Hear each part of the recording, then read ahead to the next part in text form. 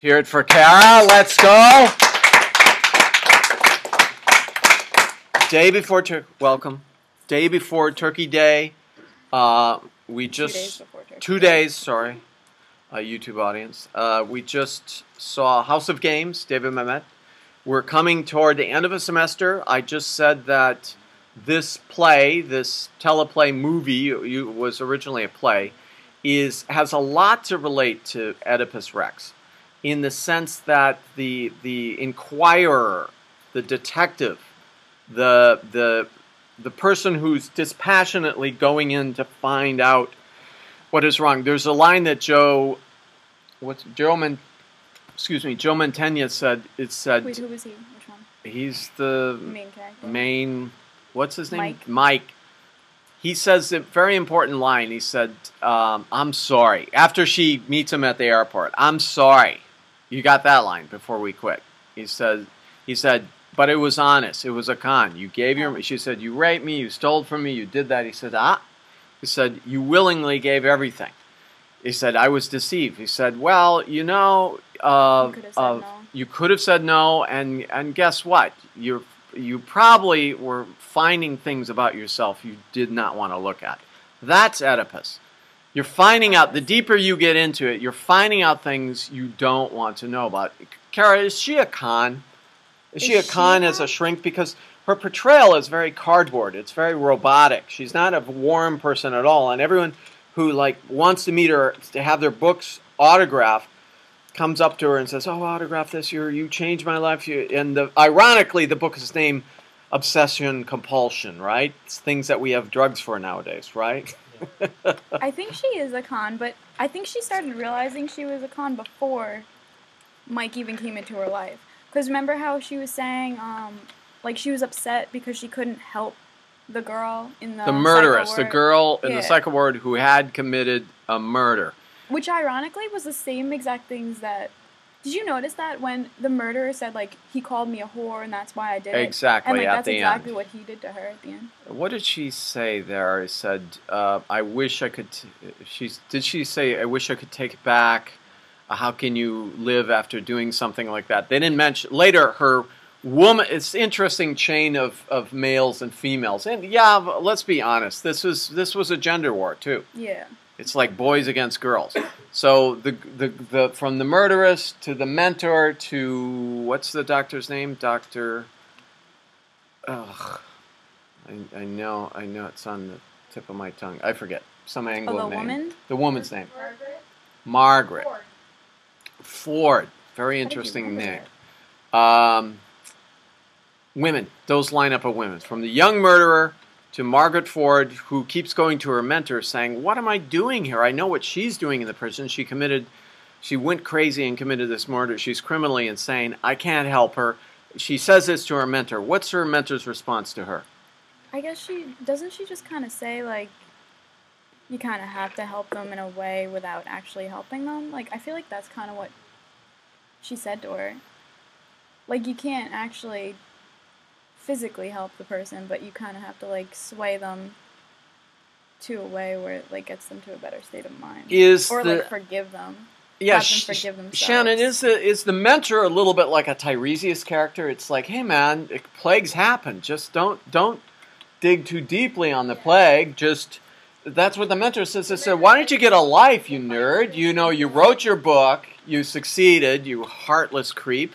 Now, I mean, of course, if you don't have a life, these patients bother you because you feel very close to them." What were you saying? She was saying that, I remember in the movie, she was saying, "Oh, find something you enjoy, find a hobby, you like reading books, or writing a book." The obvious answer is find a man, right, or find a relationship. It's like, duh. What was she doing without one?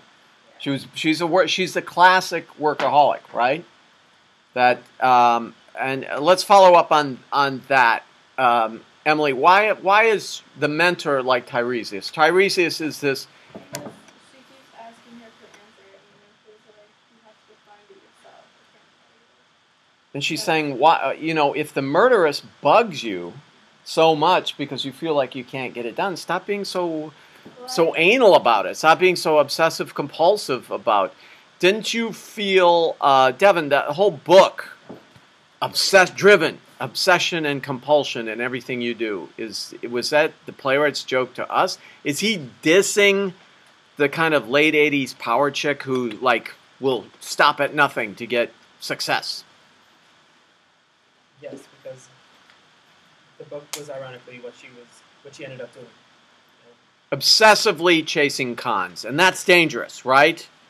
Don't do it. Don't do that little finger trick at the bars. I did it once and it worked, actually. So don't do that at the bars this weekend, Jones, unless you know what you're doing, because you just might find a con man or con woman who will take you on this little drive. That's interest. The seduction, Vikram, is interesting. You were here. You saw the film, right? Okay, the seduction of her seems so... It happened with her patient first, Billy, right? What's the hook? What's the seduction? What's the thing she did not want to look at? You're asking me? Yeah, you too, Kara. You and Vikram. Tag team this one. I feel like the whole entire thing was a seduction. Like you said, like with Billy in the beginning, and then like he seduced her with sex too. Like Mike did, but let's back up to Billy. Oh, Billy. Billy, according to this, Billy is just some patient of hers that the team paid off so that they would get the mark, the setup, right? With their special term, and I wikied all of this, like typical. I'm sure all of you did. The typical structured con games and things like that. And then Billy pulls a gun out in the middle of a session. Don't try this with your psychiatrist. And pulls a gun out. They'll do something other than just take the gun away from you.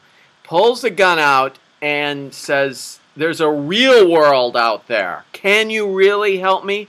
I owe $20,000. What's the red light that should have gone off in their head? I feel like, I mean, that to me would sound like somebody trying to, con me. Like, I would immediately think, if I was in that situation, that, like, well, maybe he shouldn't be here at a therapist's office. Maybe he should, seek other...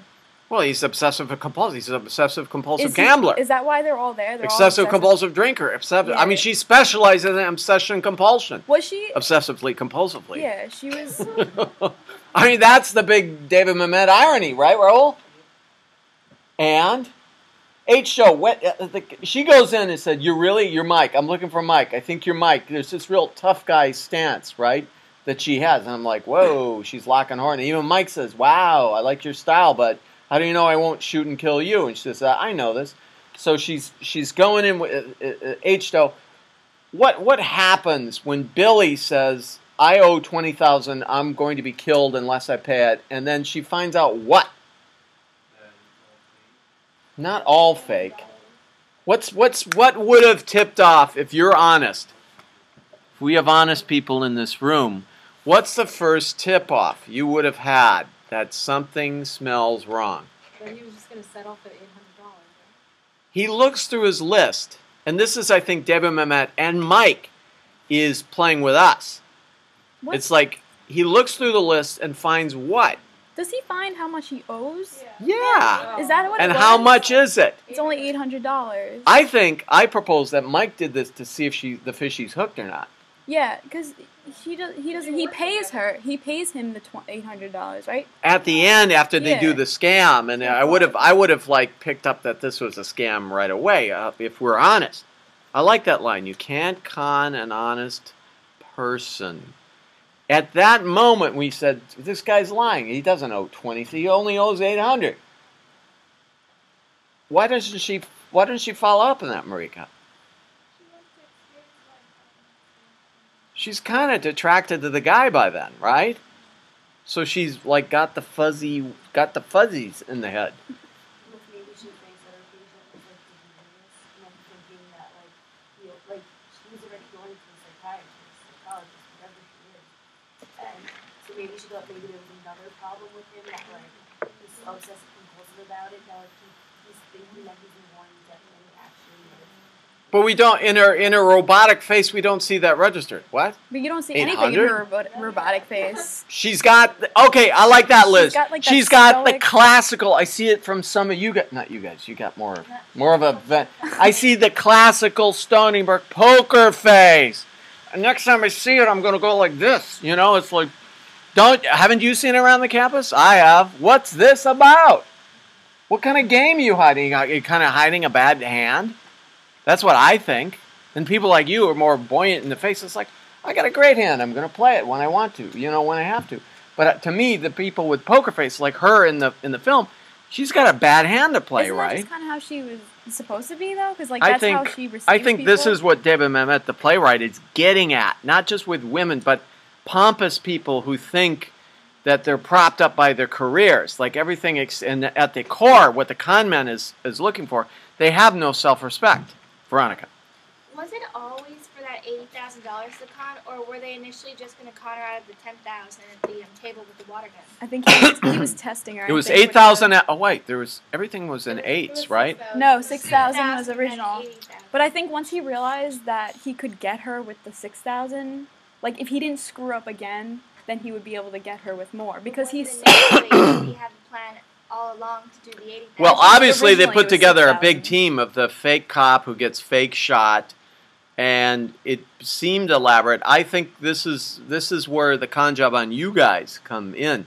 Where, how many of you approach those games in the streets, like 3-Card Monte or Find the Little Ball, the shell game, and actually got sucked up looking at the people first?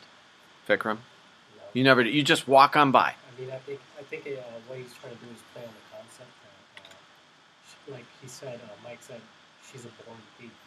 Like she has that mentality.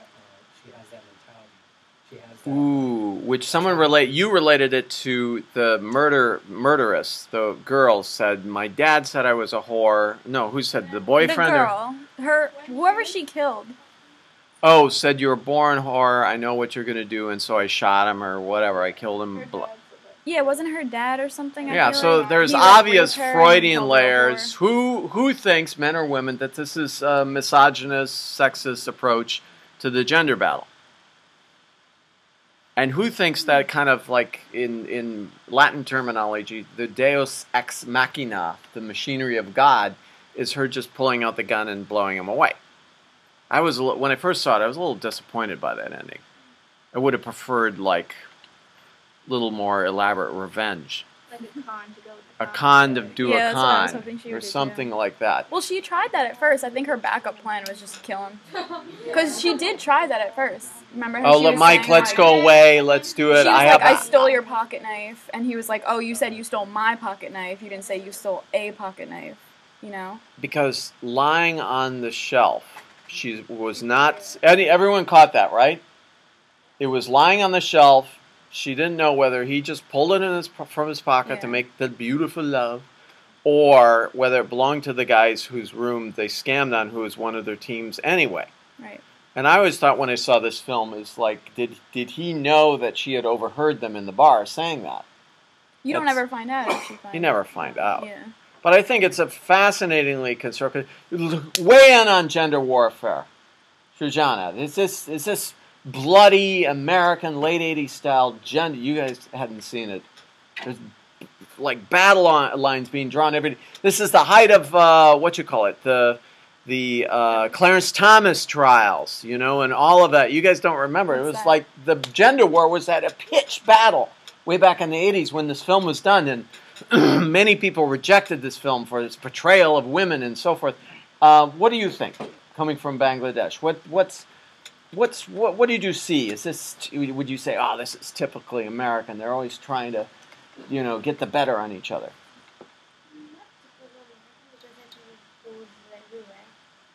This could happen in the streets of Dhaka, right? Yeah, it could happen there too. Right. Maybe, I don't know, late 80s or not, but yeah, now it can happen. Where the gender is that happen because the gender roles are more equalized? People play both the poker game of aptitude, the poker game of sexual appeal, the poker game of what roles you're supposed to have as a gender. More so like when she shoots him, like she wasn't, her plan wasn't to shoot him, but he keeps like saying, you're not gonna shoot me. Like, oh yes I will. He Like misreads that, the tell. And then he says. In that, he misreads the tell. What? Like when, after she shoots him, I was like, oh please another, and she shoots him Well, again. and I think it's not only that he misreads the tell, but he tells her that that's what she's gonna do, and she's like, yeah, you're right, and then she tries to go against that. So she tries to reverse. So in the end, Yeah. is he always the puppet master and she's the puppet? Is she always being conned? Did he want to be destroyed? Did he want to be stopped? The whole thing about criminals is, do they want to be caught?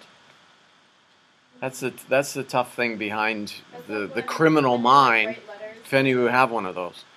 like when Uh, they write letters to the police, like giving them Yeah, letters like and the Zodiac killer leaves taunting letters to the editor and police, I and think they find it fun. Like it's a game. It's all like literally a game to them. It's like they think it's funny that they can keep giving cops clues and then not find them. I like the whole line. One of my favorite lines in this movie, and probably in Oedipus too, is it's called the guy's honest, right? Mike is honest. He said, "What's this? What I do for a living? You got conned. I mean, you're trying to keep me from earning a living." Mhm. And she says, "What you do is criminal." He says, "Oh, boo-hoo." You know what a lot of people do for their living is criminal. Mhm. And he's pointing a finger back at you. You, with your useless advice and your con job book on obsession compulsion, it's a lie. So he's an honest guy. But I like the term when she doesn't get it. Remember the Western Union station where William Macy's in there? She goes in and he says what? He says, no. A confidence game is not where they give you their confidence. You give them your confidence. Okay? Let's talk about institution. Has Stony Brook University given you its confidence? I think in a way, yeah. Yeah? Why? How? Not really. Some people say not real. So it's not a good con, or it's not a con at all, or what? Well, because you get the idea, like, oh, you go to Stony Brook, like, you must be like a really smart. You must be a brainiac. You Yeah. must. Oh, that's a tough school. You must be pre-med. You must be. Yeah. Is that a con? No, Why not? because I don't think the Stony Brook is like that big level. Yeah, exactly. Yeah, it's an institution. Institutions have many individuals, so they don't con. They just work. But Emily, the concept that the real con man gives you his or her confidence, which might not happen in business. Well, with Madoff, it happened. But it's also like, say, like I know a lot of people that like came in pre-med, and because they go to Stony Brook and because the science, like Stony Brook is known for like how good like the sciences are, therefore like, the science classes are going to be significantly harder than if you went to like another SUNY school. Like if they went to a pre-med at a different SUNY school, their chances of getting into med, like for people who like think that like become a Stony Brook because they're like, oh, the sciences are really good, so I'll get into med school if I graduate from Stony Brook and I'll be a doctor. But a lot of people come here and they have that like preconceived notion like, all right, I'm at Stony Brook now, I have like a dead end to like med school. But in all reality, if they went to a different SUNY school, the school itself might not have been that good. But they would have been like, good. Their grades would have been good in Yeah. all their sciences, and they could have been doctors. It's just a matter of SUNY Albany. Okay, but here. That's a great point, because whether Margaret Ford is Oedipus or whether she's a citizen of Thebes, here goes, and I'll have you answer that, Veronica. I think this system, like the average pre-med student who does well, gets a test, is a Margaret Ford. That they wake up one day and they go like, oh, I've been so accomplished, man. Where's my marching band? Where's my husband? Where's my boyfriend even? Where's someone to love me because I've been so good? The typical pre-med student here, some are exception, become like Margaret Ford in 20 years, right? They're accomplished, they've written their books, they've done well, they drive the BMW, they're they very focused on what they want to do, and in order to be a pre-med student here, you have to be focused. Like, Yeah. that almost takes up a lot of your time during the school year, a lot of it. And Is then- Margaret And Ford you- one of those nerds who you kinda only have to. study, who did not open their heart up, and because she didn't open her heart up, she plays a bad poker Well, that's game? why she's so stoic. Like that says a lot. Like she's never meeting up with any other of her friends in the movie. She's more interested in going to meet up with the con man than go meet up with her friends. That's a sign, meeting up with a conman. Veronica, you were going to say? Oh no, I was gonna add Listen on up. to the whole is Stony Brook's a con. I think not only Stony Brook's a con, but a lot of other of those prestigious schools are a con because they're giving you the name.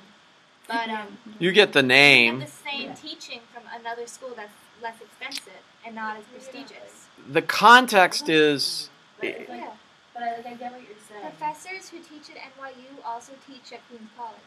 yeah, of course. They plug in. I've taught Ivy League, and here I am here. Where are you guys? Big deal. So it's I could teach online. You could teach when you're all grown up. You could teach online. And then what's that? Because there's no ivy on the bricks. What does that mean? You know, you paying for the environment. The thing about the con, though, Kara, is giving the confidence. You would go by people playing 3-card money and go, oh, suckers. There's about a group of 10, 20 people. I used to see this all the time on Canal Street. You've seen it, right? Big crowd around in the summer, heat of the summer. Someone's laying the cards down, and you stop. I stop because I want to see who the sucker is. And sometimes the sucker is the plant, right, Vikram? Yeah. Said, oh, no. You know, you hear this loud thing, and you think, that's true. That's a show, right? And you're the mark. Well, when I was in Italy, like there was like that big piazzas or whatever. There's people that walk around and they like con you, but like when you get conned in, they're after they finish, they're like €20, like and they like make you pay basically. Like just because you're like so like scooped into it. Now like one of them like they like tell you like put your fingers in the string, they like wrap it around, they like put it like under your roof and stuff like that, and they're like €10 because they like it's something made for you, but they like did it a weird way. They con you. And they don't tell you that. They don't tell you that they're gonna charge you. They're just like look at this. They're like come here, look at this. Look what I can do. You know. That's so mean. Con games. Okay, we'll finish up with this concept of Oedipus, Margaret Ford, ambition, obsession, compulsion. I think Oedipus is obsessive compulsive. Kara, in the end, your long life ahead of you, do you see yourself vulnerable to these types of cons? I think at one point or another we're all gonna be conned, and we're all gonna realize stuff about ourselves. Whether it's Bernie Madoff or that handsome guy who sweeps you off your feet and then Yeah. doesn't return your calls, or something like that. Is there something, as Mike says, is there something in you that you didn't want to look at that made you susceptible to this con? Yeah, I mean, what like Margaret, you're gonna realize stuff about yourself, like, oh wow, maybe I am being too vulnerable, or maybe I am. Maybe I've been conning people my whole Yeah, career, exactly. pre-med, post-pre-med. I'm just as good as any of these other schmucks, but here I am arrogant and cardboard and like a machine, incapable of loving. Something like that. Let's give Kara our love here. See you on YouTube. Hi, Mom.